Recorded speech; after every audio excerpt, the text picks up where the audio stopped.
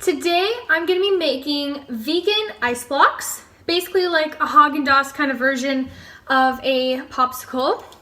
I wanted to make these. I created the recipe because I always wanted to have that sort of like ice cream popsicle, but I couldn't because I don't eat dairy. The vegan versions only come in small packs and they're really expensive, so that I couldn't really do that. My mom also has tons of allergies, so I made these so that she could have them and enjoy a dessert with us. Yeah, if you guys want to learn how to make them, let's get into the video.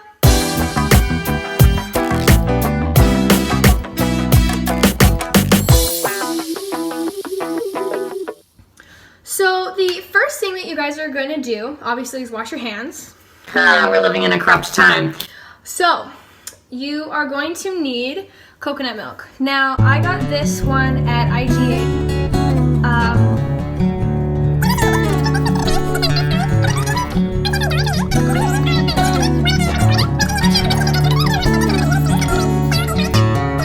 More expensive. So anyway, we got this one. So what you're gonna need is 1 can of these. You can definitely double it. The pack that I have, when I use 1 container of the coconut cream, it makes 7 pops, and then it gives you like a spoon extra, but you can just eat it. Cream as well. So if you don't have the little pops, you can just put it in a bowl and cover it with a lid or like saran wrap, as long as your container won't break in the freezer. So, all right, so first thing you guys are gonna do is take your blender and open up the coconut.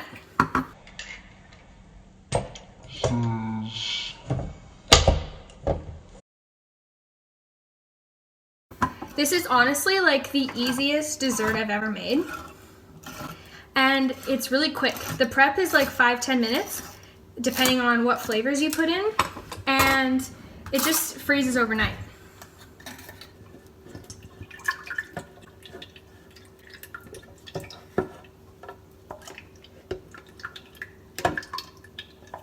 So once you have that ready, you can add in the vanilla, a tablespoon, couple tablespoons.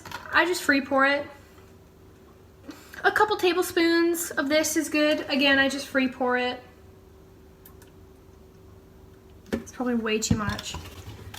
And then chocolate chips. Now, obviously chocolate chips look like chocolate chips. If you want it to look like that inside of the ice cream, that's fine. But the way I usually do it, don't know why I forgot this time, but the first thing you add in would be the chocolate chips. You blend them up a bit so they turn more into like chocolate shavings in a way, and then you add them in there. Obviously I didn't do that, so I'm just gonna pour them in there now.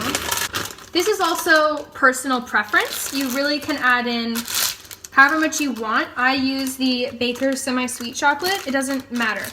If you guys don't like the chocolate vanilla flavor and you would like something that's a little bit healthier, I would suggest doing a coconut raspberry one.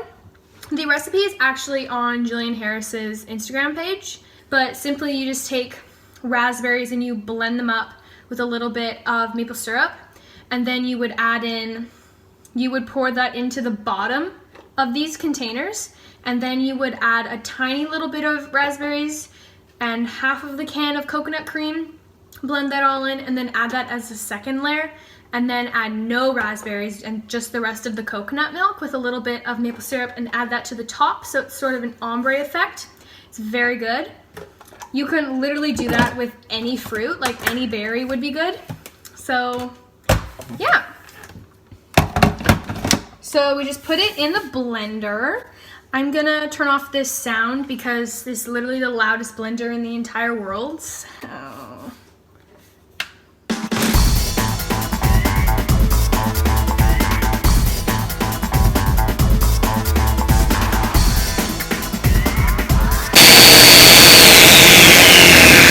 Alrighty, that was loud, wasn't it? Okay.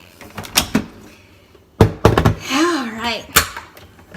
So this is basically done. Now, obviously, I've got to taste test it. So grab a spoon.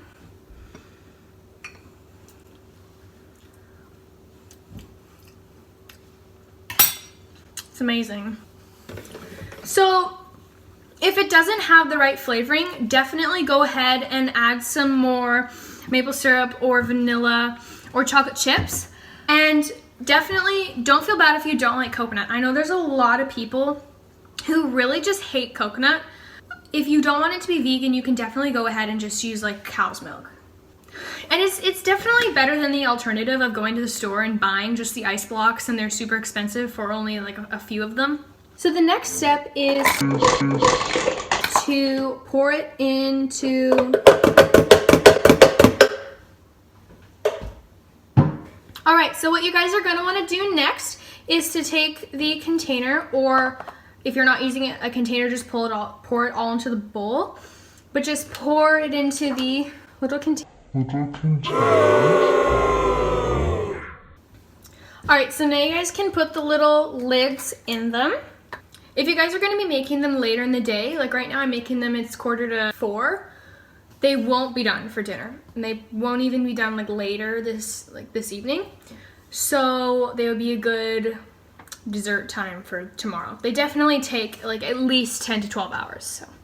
So here's the final product, the DIY chocolate ice block. They are so good. I would really suggest getting these little containers. I think we got them at Canadian Tire.